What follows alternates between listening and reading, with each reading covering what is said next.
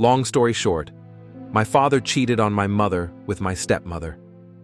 My wife, in our 7-year relationship, 4 dating, 3 married, has never met my father, stepmother, half-siblings, step-uncles, or my step-grandfather. My mother convinced my wife she didn't want any of them at the wedding or have any holidays with them the entire time we've been together. My wife was cheated on in the past, but moved past that. Or so I thought. My wife and I recently found out we're having our first child, but my wife isn't excited or happy at all because my mother told her that my father cheated on my mother once she got pregnant. Yes, that's accurate, but it was before either of my parents knew my mother was pregnant with me. Now my wife is convinced that I'll cheat on her because she's pregnant. My mother just says, "You're your father's son," which is really making me angry. But because my wife hasn't met my father, she says that the apple doesn't fall too far from the tree.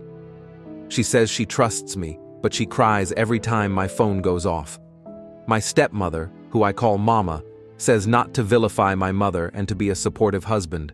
She even bought me some things to pamper my wife with because she deserves to be loved and pampered like the beautiful woman she is, and pregnancy is tough on women's bodies.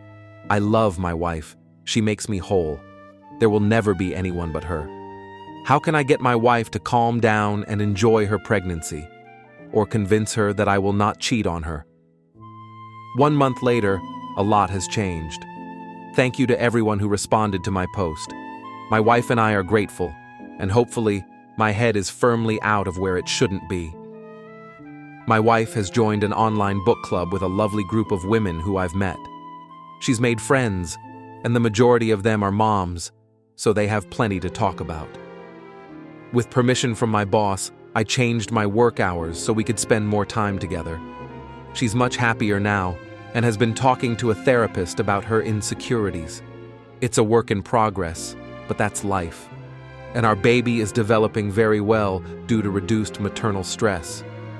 I now call my stepmother by her first name, not Mama anymore. She wasn't upset at all. My wife has met my grandfather, my stepmother's dad, and my uncles, my stepmother's brothers. And they got along really well, especially since I got a pie to the face and they all laughed at me. Her laughter is the most beautiful thing I've ever heard. My mother was given an ultimatum, therapy or no contact. She refused therapy, saying there wasn't a thing wrong with her. My mother and wife have been out of contact since, which has been good for our relationship. Then something unexpected happened. Someone in my messages got into my head about the paternity of my half-siblings. So I talked to my family about genealogy and learning about where our family came from. One of my uncles suggested we just make our own episode of Maury.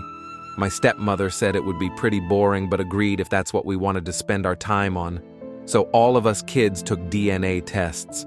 My sisters didn't want me to be left out. I mean, I had the test as a baby, no true surprises, right? 4 out of 5 kids matched our father. The one that didn't? Me. The one kid my dad was sure about. Several tests later, they all agree.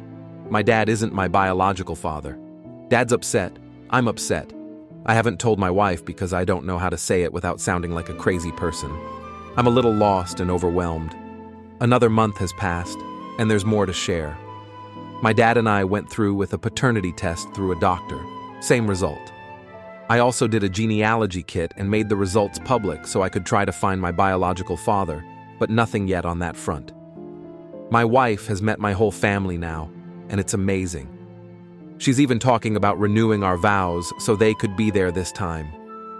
She apologized for the hurtful things she said and even offered to have our baby paternity tested with a promise for the most boring paternity result ever, meaning the baby being mine. I trust my wife. We're a team, and I love her. When my stepfather gave my mother my paternity results, she reportedly screamed, "That witch!" I believe that was a reference to my stepmother. She claimed my stepmother tampered with the results to make my mother look bad. Things were thrown, and a lot of other things were screamed about my dad and stepmother. She is now completely cut off from me and my wife. Her daughter, my half-sister, has been temporarily removed from her care and is living with my stepfather's parents until her paternity results come back. My other sister is my stepsister, so she's safe. My stepmother has completely busted the evil stepmother myth for my wife. Their relationship is relatively new, but they've been getting along well with my sisters. They've even talked about starting their own book club while they wait for the baby to arrive. 2 months later, I have happy news, but I'm also absolutely furious. My wife was staying with my dad's family because my mother tried breaking into our house. When my mother found out my wife was there, she tried to break in there too. When she broke into my house, I called the police, but they let her go with a warning, even after I tried to press charges. They said, "She's your mom. You don't want to do that to her," they said. But at my father's house, my mother broke in through a living room window and was confronted by my stepmother. My mother hit my stepmother over the head with my grandmother's urn. My dad called the cops, but not before my grandfather punched my mother. Both my mother and grandfather were arrested. I immediately took my wife to her mother's house while my uncles went to bail out Grandpa, who was apparently having a grand old time since it reminded him of his military days. My stepmother is recovering, but given her age, it may take some time for her to fully heal. My dad and I are pressing every charge we can against my mother because I'm done with her behavior. On a more positive note, I found my biological father's family, a wife and 2 sons. I have 2 half-brothers who were very surprised I existed. My biological father passed away suddenly 3 years ago, but I've connected with his family. Apparently, I look just like him. I'll never truly know his side of the story, but I know that he married his wife when I was 4 years old, and his wife has no idea who my mother is. They're very nice people who are eager to meet in person. My little sister's paternity results haven't come back yet. My wife has assured me that she and the baby are okay. Through all of this, my grandfather has been a rock, saying that his daughter being home from the hospital is reward enough, and his family being safe is what matters most. This journey has taught me that family isn't defined by blood, but by love and loyalty. My dad, the man who raised me, is my father in every way that matters, regardless of DNA. I've lost a toxic relationship with my mother, but gained new connections with my biological father's family and strengthened bonds with my stepmother and her relatives. Sometimes the people we expect to support us can be the ones who cause the most damage, while those we've been taught to avoid can become our greatest allies. The lies we're told can shape our perceptions for years, even decades, until the truth finally emerges. In the end, creating a safe, loving environment for my wife and child means making difficult choices about who gets to be in our lives. While the journey has been painful, it's led to healing and new beginnings.